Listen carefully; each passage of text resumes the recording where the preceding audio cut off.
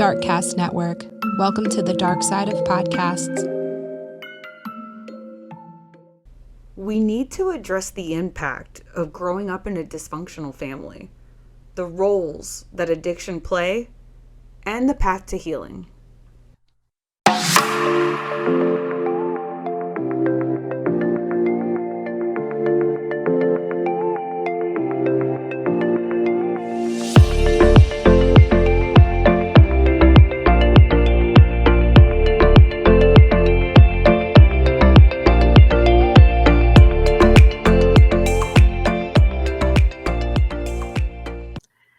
Hello, everybody, and welcome back. This is True Crime Connections, and I'm Tiffany, your host.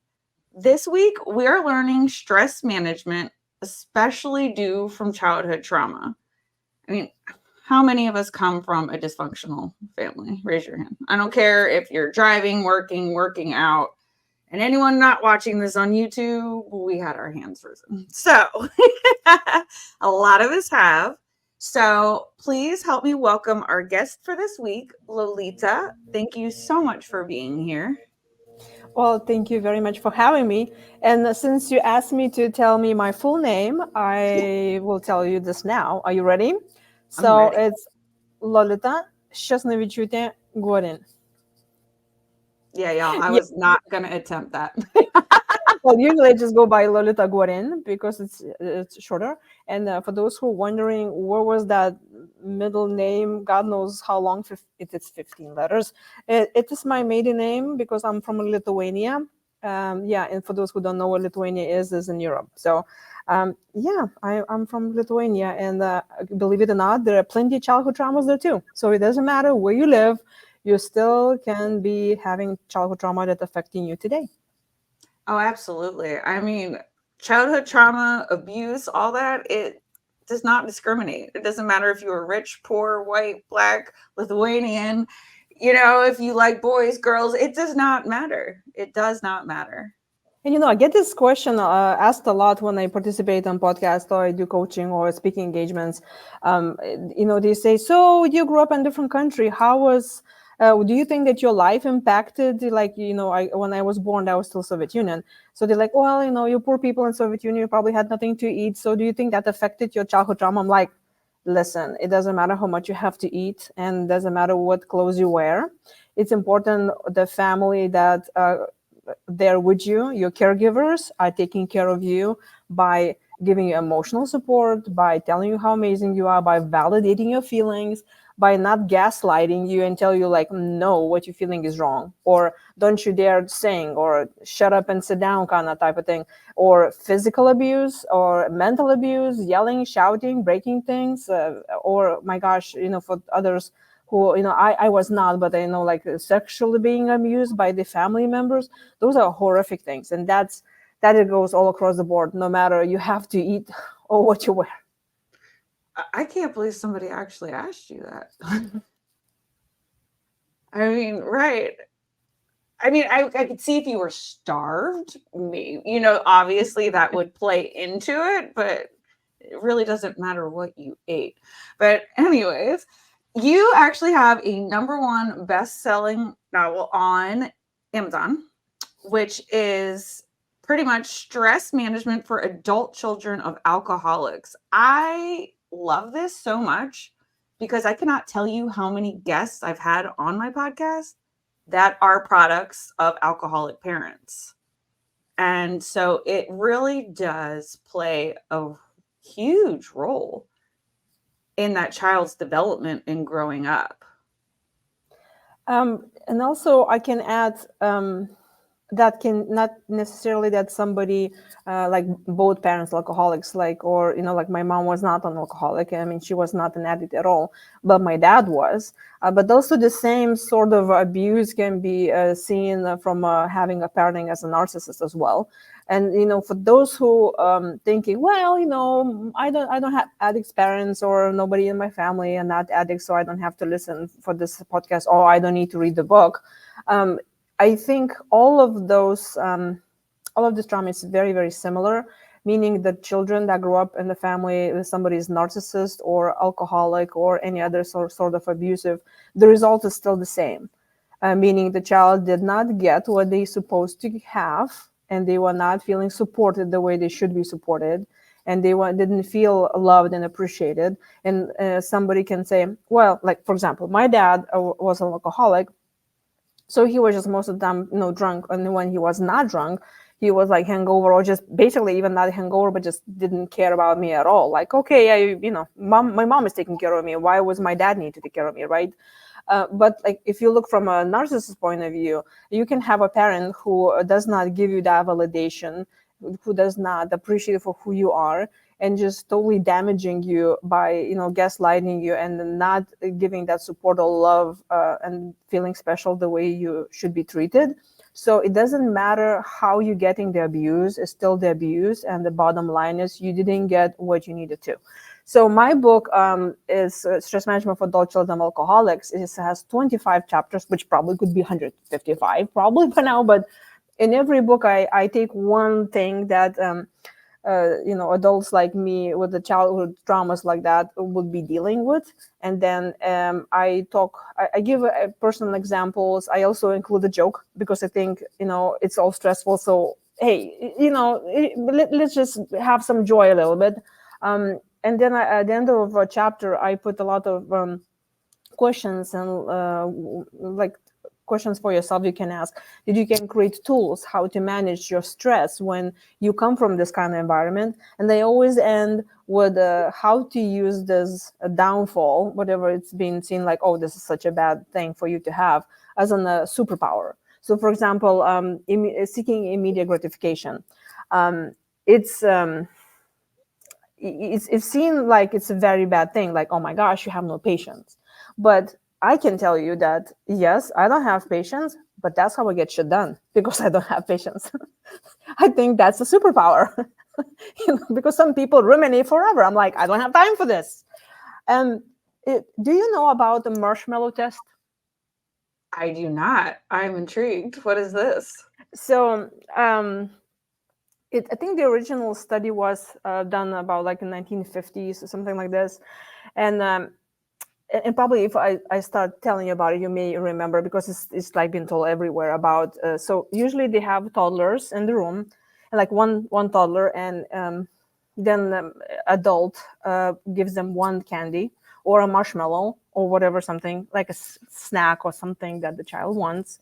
And they tell them, if you're gonna wait until I come back and you do not eat the marshmallow, I'll give you a second marshmallow. So it's like, you do not, like, how well can you hold yourself from seeking immediate gratification? And so they said that those kids who were mostly failing the marshmallow test later on in life showed no patience. And, those were the members of society that were not saving their money, and they were not preparing for their 401ks. And and I tell you this, when I find that test, like it was on TV or somewhere I read it, it triggered me. And I was like, this is just wrong. And so I was so happy when I was researching to write my book. I found out that the test was reran again multiple times. But the one study that I read about, it was fascinating, because they said that we cannot judge kids black and white like that, obviously, like anybody. We cannot judge, we cannot just, nobody, okay? They just, right. But so what they did, they twisted this test a little bit and added more into environment. So what they would do, they will tell the kid, they give them, for example, crayons and like a coloring book. And they tell them, here are the coloring book and here's a crayon. And there was something maybe different. There was some done also the same test in different countries. So something is being given like a task for kid to do. But then they will not give them crayons, or they will give them crayons that are totally worn out and it's impossible to do the task or whatever. Or they will say, we're gonna bring you stickers or something like this. And the child will wait until adult will bring whatever it's promised. But then adult will come back and it will not have what they promised. So no stickers, no crayons. I know it's a little like, is it triggering you already? When I was reading this, I was like, oh my God. So what happened is the child saw it like, oh, it didn't happen, right? And then after this, they were giving the marshmallow test. So then they will give the candy or something and say, you wait, and when I come back, I will give you the second one. So majority of kids that way ate the first piece without waiting for the adult. Because they already lost the trust. Is like, well, listen, dude, you didn't bring me the stickers as you told me to. I'm not gonna believe you're gonna bring me another marshmallow. So I better get it what I have now, and then I'm gonna see what's gonna happen later. So when I read about this, I was like, thank you. Finally, we can explain why children from dysfunctional family, we have no patience. We may be hyper vigilant and all of the things that come with that. So it just shows so much how a childhood trauma impacts stress management as well, like pretty much everything else in life.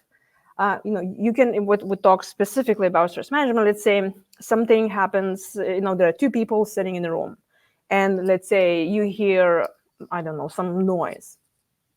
Both of them will react very differently depending on what environment they grew up in.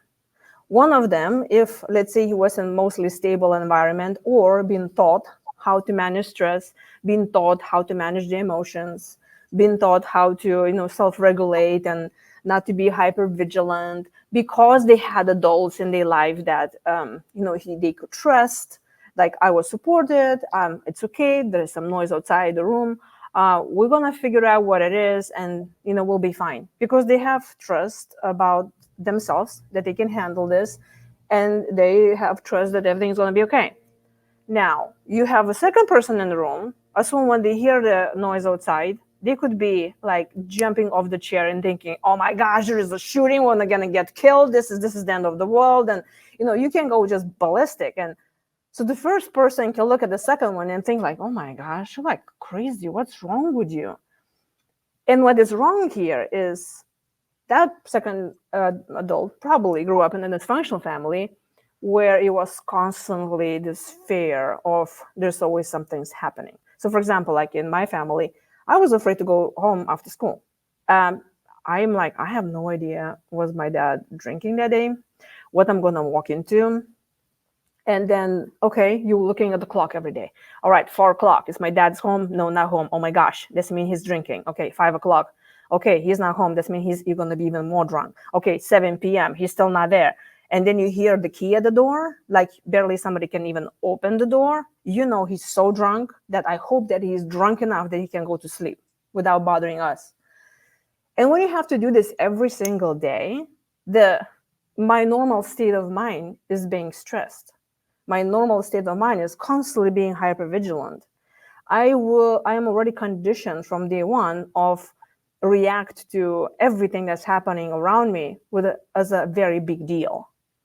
For me, there's no, for the longest time until I started working on myself, everything was a big deal. Somebody is not messaging me back when I messaged them 30 seconds ago. It's a big deal. That's immediate, like, fear of abandonment. I am all stressed out. Maybe they did. Maybe they left me. Maybe, all of this. And somebody from a side, they can say, you're just creating this. This is all in your head. Yes, I do understand. It is all in your head. But you also need to realize why you're really thinking that way. Why are you being conditioned that way? So what happened to me is I'm from Lithuania. So I came 24 years ago to United States, and I live here in Houston. And I knew this is the land of great opportunities. So I can work and work and work and work and get paid, and and get plug the money of that money tree where everybody's talking about. Where is that exactly? It's a well-known thing. It's a secret. It's a secret. So what's happened to me? I was just working on weekends, and because I came with this childhood trauma, I was a very big people pleaser, because I was conditioned to be people pleaser. It's like, okay, I need to just, I want to make sure that my mom and daddy are happy, and I was only one child. So like, okay, I depend on them. If I'm not going to please them, they will not feed me. I mean, that never happened. But, in your child's mind, you think this is it. So when I came here, I was determined already to work hard. But also at the same time, I realized there was so much work of given to me. And I was like, oh my gosh, like the more you take, the more they give you. I had no boundaries. And now who's listening in? You don't have to come from another country to be burnout. Okay. I have plenty of clients that I coach right now that they come to me burnout, stressed out, and coming from like very rich families, and they're doing business and everything. So lack of boundaries, I couldn't say no. Like they'd give me something new, I'm gonna do it. My friends, my coworkers say, hey, can you do this for me? I know I don't have energy, or I'm sick, or whatever. I will say, yes, I'll do this for you, because I was afraid they will judge me, and then they discard me. So fear of abandonment. I had no, like when you think about, there are, like I say, there are 7 human needs. The first 5 is, you want to make sure you breathe. Well, we all breathe, right? You need to make sure. Oh, well, maybe I said that wrong. Breathe, like breathing in and out. Maybe my accent, not breathe, but breathe. Like, like breathing exercises. Yes, the breathing exercises. So then, you want to make sure you eat well. I was not paying attention at all how I was eating. Then we need to sleep. It's like how many of us really sleeping those 8 hours? I mean, really, how much? Exercise. Do we do exercise? Oh, when I was working myself to death, I was just, the only exercise was when I get up and go to ladies' room. I mean, that's my biggest exercise for today. And if I did it 3 times, oof, that's accomplishment. And I crushed it. And then like hydration. I mean, if you dehydrated, your brain already loses 20% of the capacity.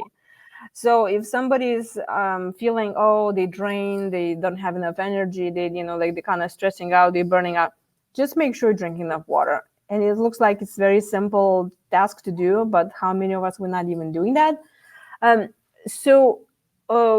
This was my everyday, and I will come back home and I go to bed, and then we'll repeat. And I know probably somebody's listening and they're like rolling their eyes at me right now and thinking, this is what life is. Hello. And what happened to me, it messed up my hormones so much that I had to go to emergency room, and the doctor said, it's good that you arrived today, otherwise tomorrow you'll be probably dead. It was that bad. I'm not going to go into details. Women understand me. Hormones in women is a very important thing to be in balance. And so that was and why that happened, because I already came from the childhood trauma of my normal state was constantly stressed and burnout and hypervigilant and just pretty much never resting. So when I put more pressure into me, my body was like, okay, this got to stop. So that was the aha moment for me. It was like, okay, I really need to start paying attention on what my lifetime, what am I really doing? And then I started applying, like simple stress management tips, which I say bandages, stress bandages. Eat well, sleep well, hydrate, exercise, all this. But there was still things were missing. I start managing my time better. I learned what the boundaries are. And over 10 years ago, that's when I became a stress management coach. I was already coaching people and they had great results, and that helped me a lot and my clients. But one day I was reading about how to get more coaching clients in the business book. And the gal who wrote it, she said that she was adult of alcoholic. And that was like the first time for me, the terminology adult child of alcoholic was ever introduced to me. And I read that book in one day, the one that she recommended, and it blew my mind. I was like, oh my gosh, this is totally makes sense. That's why I'm so stressed out. That's why I'm so hypervigilant. That's why I don't know what the boundaries are. That's why all of the slew of things that very characteristic of, children who grew up in childhood trauma. And so the first thing that came to my mind was like, oh my gosh, I'm damaged. This is it for me. Like, this is it. Like, I'm damaged. I'm not going to achieve anything. It's kind of like running with a broken leg. I mean, I'm sure running, but it's very painful. And will I ever get there? Then the second stage was that I got very angry at my parents. I was so angry at my dad because I was thinking, that's the person that's supposed to take care of me.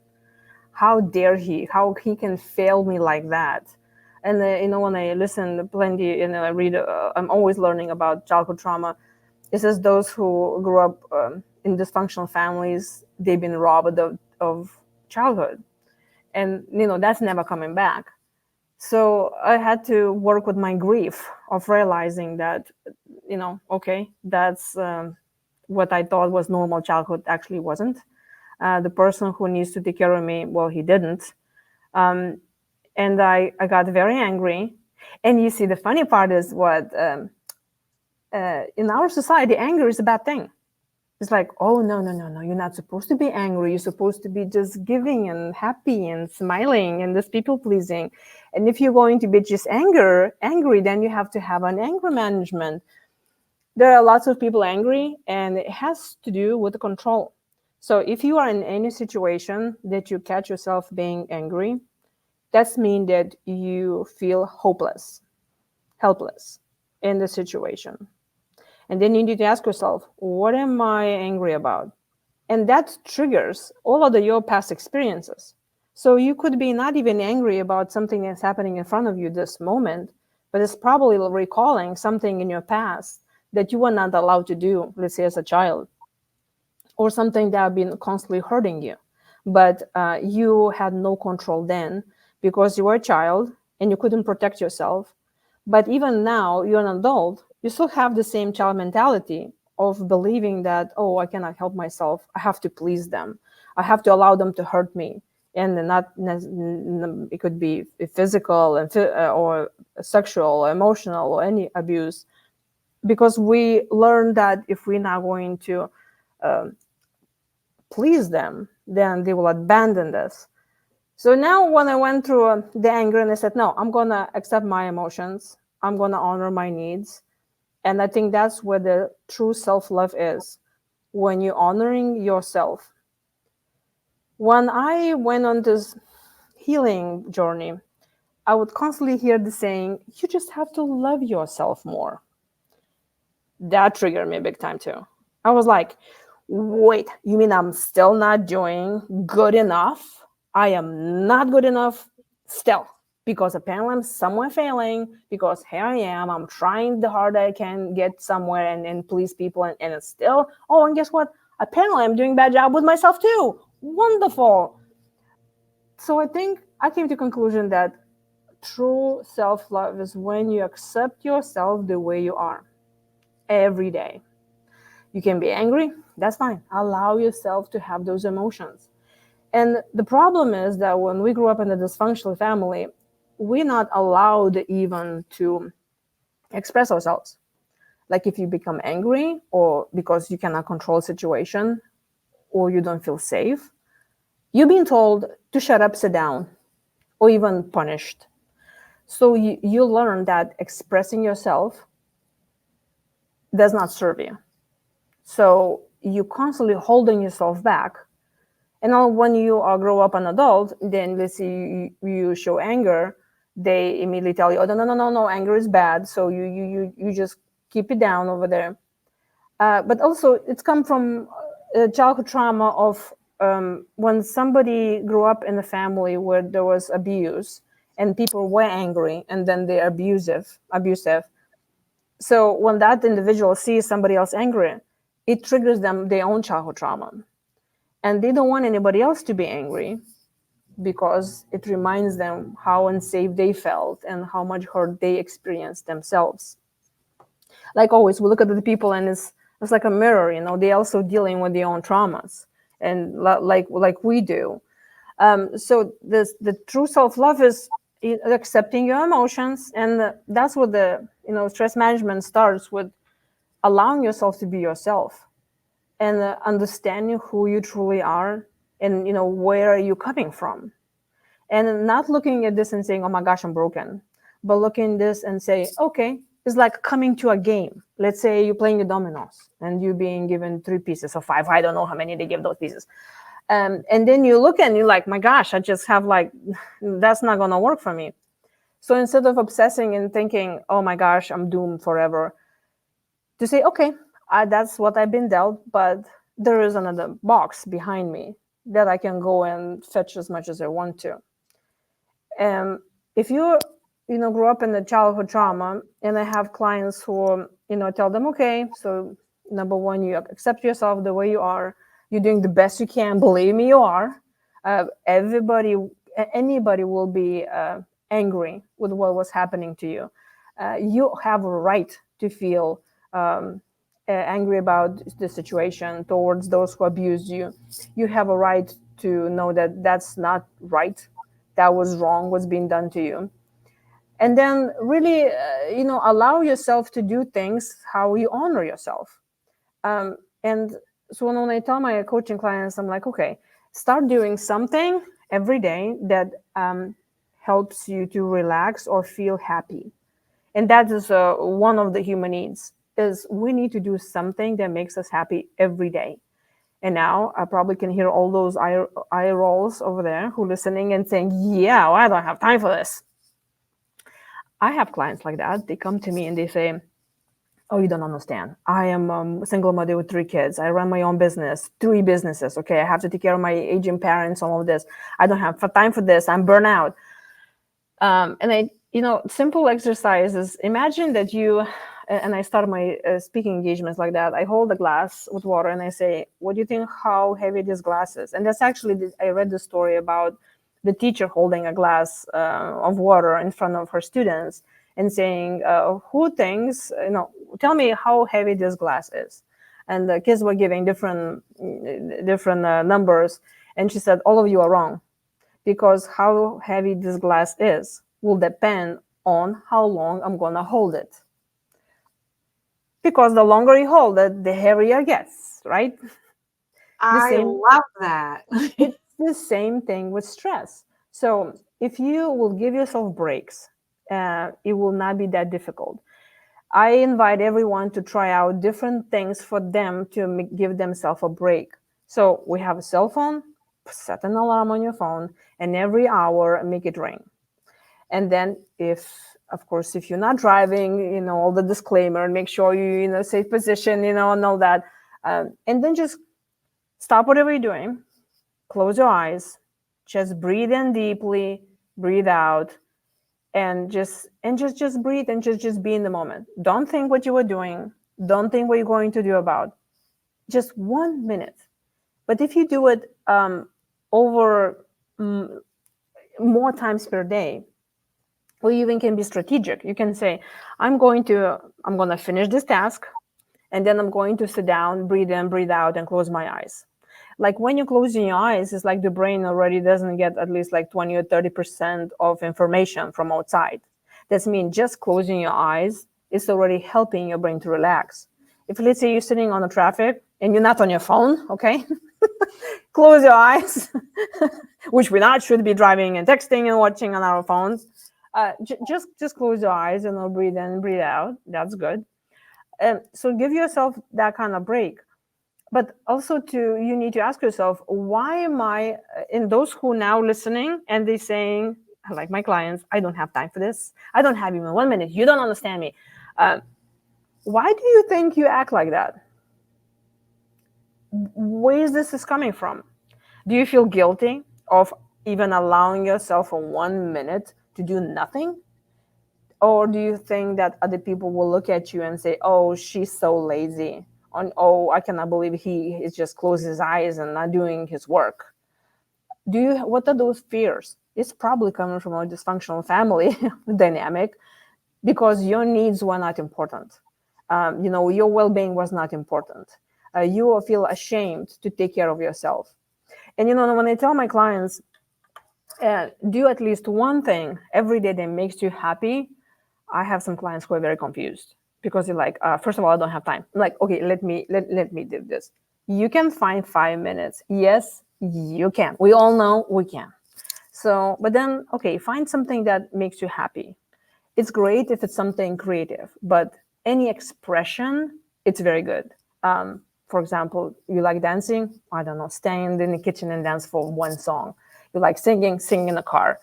You like painting, draw, writing, any creativity like that, great. But let's say you're not into those things. Okay, what are the things you like to do? Have a cup of coffee? Have the cup of coffee, but really drink it, okay? Enjoy it and tell yourself, I am enjoying this time with my coffee and I'm doing this for myself. Or let's say you like to read books. Read one page a day. But what happens is when you do this every day, first you give yourself something that you feel very happy about, and it makes you feel good. We need to feel good, and we should not be ashamed of that. And then number two, you show up for yourself. That means you're not abandoning yourself as you're being abandoned by your parents, physically, emotionally, or any other way. So when you show up for yourself, and that's the self-love. When you tell yourself in any situation, I'm doing the best I can. I am doing the best I can. I I react the way I react, and it's okay. If you hurt somebody, you just apologize. Say, I'm sorry for yelling, but I had a tough day. You do things that you like to do, even at least one for 5 minutes. You do not bulldoze yourself into something, and you stop people pleasing. Every time when you do something that makes you feel better, count this as a victory. Appreciate that for how much you already went, and how far you came. I guess that's the proper English. So now just think about it. Like a year ago, where were you? And think, am I happy where I am right now? Do I want to be the same place in a year or 5 years? If you're happy, awesome. But if not, well, then make some changes. But when you honor your own needs, that is the ultimate self-love. And I have those clients who say, I don't have time because I need to take care of my kids and business and all of this. I say, who's going to take care of that business and all those kids when you're all stressed out, burned out, and sick in the hospital? Because body do keeps the score, and you will collapse. And is that going to be a time for you to think that now is time for you to take care of? No. The time is to take care of yourself is now. More than this, you own it not just for yourself, but also for your family, for your friends, for your coworkers, your community, the whole world. And also, especially if you have kids, when you learn to manage your own stress, when you honor your own needs, your feelings, when you're okay with displaying your feelings, when you're okay with managing them, you teaching your kids to do the same. When you have boundaries, you teach them boundaries. When you honor your own feelings, they learn from you how to honor their own feelings. So you don't have a daughter later on who's 30 and then she's married with a narcissist because she didn't know how to function. So your well-being is not only about you, it's about the rest of the world. So when somebody is afraid so much to do self-love because it's, oh my gosh, this sounds so selfish. We're supposed to be these martyrs who are just constantly giving. It has to go both ways. So keep the balance, honor your needs, help others, to do the same. And I think that's the way of really making such a better tomorrow. Absolutely. You have to have self-care because if not, exactly, you're going to go to shit. Like you have to, because you can think that, you're just masking, but eventually there's going to be symptoms that are popping up because your body is like, I cannot mask anymore. So it's going to come out one way or another. And yeah, you're right. Like that's how you end up in the hospital, or you end up with diseases, and you end up with so many things is because you are keeping it inside. And you're so right. I mean, children watch everything we do. It is so important to show balance and positivity and self-love and acceptance in ourselves, because if not, your child is going to grow up chasing these dreams that are not always achievable. Not everyone can be the model on TV. Not everyone can be this perfect person. And that's okay that you're not. We're all beautifully broken in our own selves. That's okay. Yeah, and I think that's where there's so many thinking, oh, I'm going to be so and so, and I'm going to be like them. So then my value is higher, then I'm loved and appreciated. But if you start from the point of understanding that the way you are is already perfect, because there is really nobody else that like you, who you can be compared to, even to determine are you broken. That's when we know our own value, then everybody's beautiful, everybody's unique and authentic, and we celebrate each of us. So then then the question is like, when I'm doing something, why am I doing this?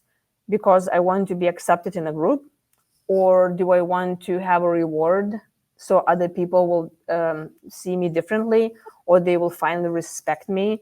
Do I need recognition as a validation from other people? So all of this is coming from childhood traumas. So even though if we didn't get it in the past, now we're adults and we can give this to ourselves. And we can ask, and it's very important also to see what people we hang out with. And I recommend another exercise for my clients is find 3 to 5 friends that you really trust, and they are nice people, not like those who like just stab you in the back, and ask them what do they like about you. So when you have this moment, and it always happens, when maybe you don't have enough of confidence to start a new project, or you're feeling down in the dumps because you think something's not going well for you, or something will not happen, or you're not going to make it, read those letters and see how amazing you are, and you can make it. Another list I ask my clients to make is the list of victories. Write everything that you accomplished, even finishing high school and writing, a car, or getting driver's license, anything like this, or losing weight, or getting, learning how to cook an egg. I don't know. You can write all kinds of things, but then remind yourself that you're already doing pretty good. Other people don't have that. And some people can have more of achievements. Great. So now you see what's possible for you as well. And do it from your heart. It's like, do I really want to do this because it will make me feel good and fun? Or am I doing this just to get validation? Because when we will run for that horizon, for that validation, that's where this stress and burnout happens, because you cannot really reach the horizon. You're the one who decides, okay, this is where I'm stopping, and that's why I'm celebrating my success. Well, right. If you're doing it for somebody else or for the wrong reasons, it's not really serving its purpose anymore, because you could be running yourself ragged trying to impress everybody else, but you're miserable inside because deep down, this isn't what you want. You're just trying to people please. And it starts little things like boundaries, or how to stop people pleasing, or honoring your own needs and feelings, is just to start small. For those who are afraid to say no, I love going to the mall. There always some people standing around. They like giving you samples. And at the beginning, I remember I would always get all those samples, and then you got samples, and let me show you. I have this cream for your face, and then the next thing I know, an hour later, I'm like, with cream I bought, I don't even need. Because I did no boundaries. I was like afraid to hurt their feelings. So start from there, walk around a mall, and everybody who's giving you something, you just say, no, thank you. And they just say that word, no, thank you, no, thank you. And then start with the commitments. Like somebody invites you somewhere to go and you really know you cannot go. You just say, I'm sorry, I cannot make it, maybe next time. But what happens when you start saying no and starting, boundaries with yourself and others, you realize that you made the change and nobody died. I mean, I hope nobody died. And they're like, oh, okay, I can do this. I can do this. And then you build the confidence and trust in yourself and your own abilities. And then you also stress less, because and you're confident that no matter something happens, you can handle it. So, if I come back to the same, story at the beginning, that when we started, that let's say we're sitting in the room and something happens outside the room. Now, when I know that I come from childhood trauma, I know that I can be very hypervigilant and catastrophize a lot of things. Now, I mentally will catch this, and it's like, oh, okay, I hear the sound, and maybe my first feeling is like, oh my gosh, I need to go stressed out. But I'm like, wait, we need to investigate this, then I'm going to stress out about that. So when you already have enough of self-care and self-love, and you're already working on this and healing, then it gets easier and easier. You get more you grow new habits, and that is so doable. And you will be surprised how little things that you can do every day can add up so much, and you will make you change your life over years. I used to be one of those people who would stop in the mall as well and sit and listen to your spiel. And the whole time I'm like, I don't want this. Just shut up. Please let me go. And now I'm just like, no, thank you. Just woo. You see, and nobody died. Right. I mean, you do. You have to stop trying to people please, self please. Please yourself. I mean, everybody has 1 minute in the day. I don't care if it's when you're taking a shit. Like, everybody has a minute. Yeah. You cannot say if you're in the shower or something, just take a minute. I mean, I think that's great advice that anyone can follow. I don't care how busy your life is. There's not something happening every second of every day. You gotta start somewhere.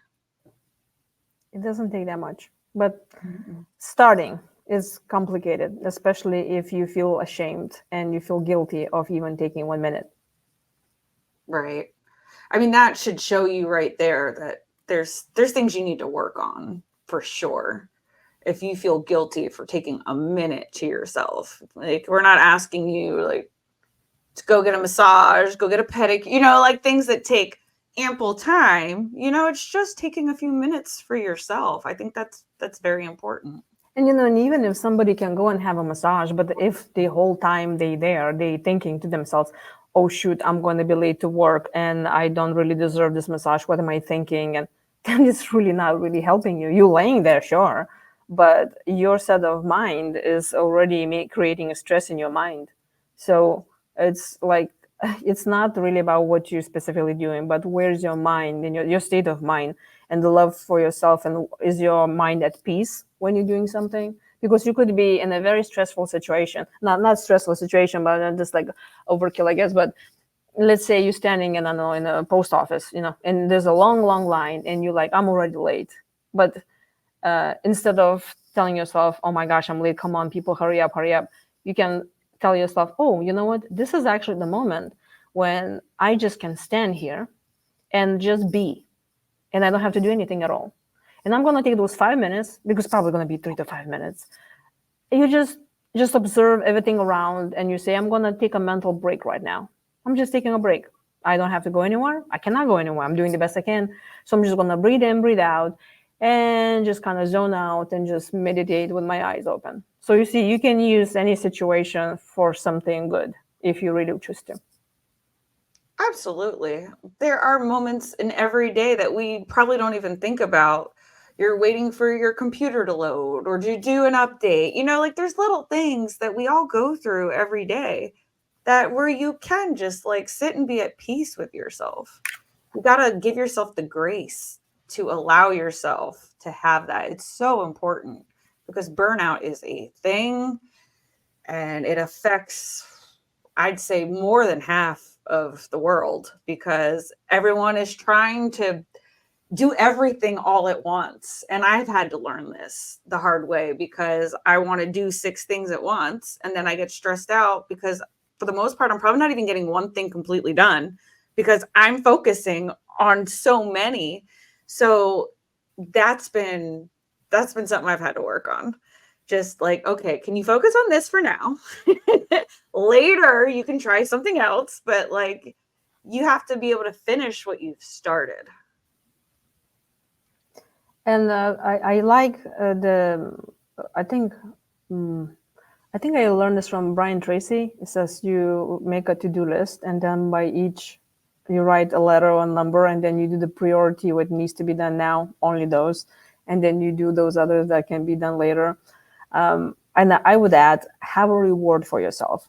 You can tell yourself, okay, after I did 3 of those, I'm going to get myself, I don't know, a smoothie or something good. Okay. That's not a cookie. Okay. Although maybe if you had no cookies for a whole year, maybe a cookie is a great reward for you. So you choose. But I think rewarding ourselves is extremely important too, especially when we came from a dysfunctional families where we're not being celebrated and validated and given a good word when we really needed to hear it, that we're doing a good job. So always, celebrate yourself and don't feel guilty about it. Right. To-do list. Oh my God. Those I think have changed my life. I'm not gonna lie. Because oh my God, I could think of 20 things I need to do in a day. I mean, how important are all these 20 things? You know what I mean? And then if you look at it, it stresses you out because you're like, holy crap, look at all this stuff that I have to do. But no, like you check it off as you go. But yeah, you prioritize and you work down the list. By the end of it, if I cross like 5 things off, I'm like, what is up? You know what I mean? You feel great. And you're like, I feel accomplished. I actually got some stuff done. And I would also add, I recommend adding simple things that are very easy to accomplish, like easy victories, like took a shower, because you need to also win, especially for us who grew up in childhood trauma. We need to have more of those wins to help us to have more confidence in ourselves. And there was another thing that also changed the way I look at the to-do list. I read somewhere years ago, it says, if you did 80% of your list, you are a high achiever. I was like, oh, you mean I don't have to do the 100% of the thing I wrote? Oh my gosh, what a relief. Right? We hold so much pressure on ourselves that we have to finish everything or we have to do all this. And nobody else is saying you have to. It's us telling us that we have to. It's like, give yourself a break. You're human. And I mean, other things are going to come up. You're still going to have bad days. Every day's not going to be a good day, but that doesn't mean now it's been a bad week. It was a bad day. Next day, start over, start it positive, and go from there. I was watching a webinar and a guy said something that really clicked with me. And he said, I don't have to go pick up my kids. I get to go pick up my kids.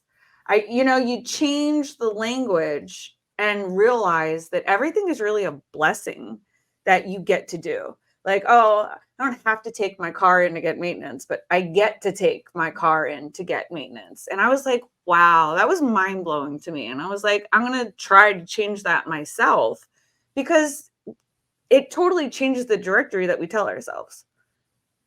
That's all about the state of mind. And that's how we stress less, because we change the way we view things. And what they say, when you change the way you look at things, things change. Absolutely. It's got to start somewhere. Little changes turn into big changes. Do you see people like over Zoom? Is it only in the Houston area? Where do you get your clients? I would say 99% of all the coaching I do is over Zoom, because I have even the same people who live here in Houston, they rather just plug in on the video because it takes forever to drive here. And, why not save time? I also coach, I have clients who are live in Europe, so that's impossible, or in US in different states, but everything today's technology we can do on Zoom. But if someone really lives in Houston and would like to see me in person, of course, that also can be arranged. Awesome. You founded the Be Amazing You. Is that the name of the coaching firm? So that's my website, my company name, because I think we all are amazing. We just need to allow ourselves to be one and not listen to all those little voices that we grew up with, of thinking we're not enough. We still need to improve ourselves. It's not get better. The get better means we're not good enough already, and I don't think we should be looking that way. We need to appreciate our own authenticity, how amazing we are already. And then we don't have to, like we were saying, then you don't need to run to the horizon. You don't need to compare yourself to anybody else, because you're already great. Right. Yeah. We're all amazing. You just got to find it within yourself. Allow yourself to be amazing. I feel like some people don't want to be amazing. Maybe they feel like it's too much pressure, or it's just easy to, be on the sideline. But you're not doing yourself any justice staying there by any means. Well, also you can be amazing just sitting and watching TV by yourself and eating the whole potato chip bag. I mean, if you're allowing yourself to be, now it's a different story if you scolding yourself for eating those chips and watching TV because you think you should be doing something else. Now that's very different. So it's really just honoring yourself. So wait, we can't have cookies, but we can have chips? I'm a chocolate Whoops, girl. now you know what I'm really about. I'm not big lover of cookies, but I love my potato chips. And like I say, I'm a high achiever. So when I open a bag, I like to finish things. So my finished bag as well. Yes, I know. I love Guilty pleasures. that. Awesome. Was there anything else that you wanted to add? I think for those who are still thinking, oh, I don't know, I don't think I'm worthy, I don't think I can find a 1 minute, you just ask yourself, do you want to be where you are right now in a year, in 5 years? If not, then I think coaching is very important, because then you can have somebody who's cheering for you. And I would recommend everyone to just go now and book a session with me. And you can do this by going to my website, beamazingyou.com. Or of course, you can buy the books, Stress Management for Adult Children Alcoholics, or also Crush Stress While You Work. It's all available on Amazon. Awesome. I'm going to make sure I put links to those in the show notes so people have no excuses to take a step to a better you. Awesome. Well, Lolita, thank you so much for being here. This was great. I even feel a little like I feel empowered. So, Well, thank you for having me. of course, baby steps make big steps. So you got to start somewhere. It's so important. Thank you so much for sharing your story. It's nice like that people have been through, some tough times, but now we use it to help other people who might be going through that. And I think that's great. And thank you so much for having this podcast, because it is one of the things that helped me when I realized that there was something, messed up when my father was alcoholic. I thought that was normal. But then when I find out that was something, okay, now that's not right. But when I learned that there are many other people in the world like me, I learned that I'm not alone. So I'm thanking you for having a podcast and creating this amazing place for me and other speakers come and share this story, and also creating the healing place for those who listening in. Because if they just comes out for one little aha moment, it can change their life tremendously. So I'm also thanking you a lot. Oh, thank you so much. That means a lot to me. And anybody else out there, if there's something that you want to share, please reach out. Like, this is how we unload off of ourselves and help other people at the same time, which is so important. All right, well, then I'm going to close and say thank you so much. Thank you. I think we all know somebody who can benefit from this episode. Please make sure to share it with them. And thank you guys so much for listening to my podcast. This really means a lot to me. If one of my episodes has helped you in any way, I would really like to know. It's important for me to know that the work that I'm doing is actually helping people. If you want more of me, make sure to subscribe to my YouTube channel and follow me on Instagram and TikTok. If you or anyone you know is in need of national hotlines, please go to truecrimeconnections.com. I have all the phone numbers there listed for anything that you could possibly imagine. All right, my Renowned Roots community, keep building hope and gaining strength. Until next time.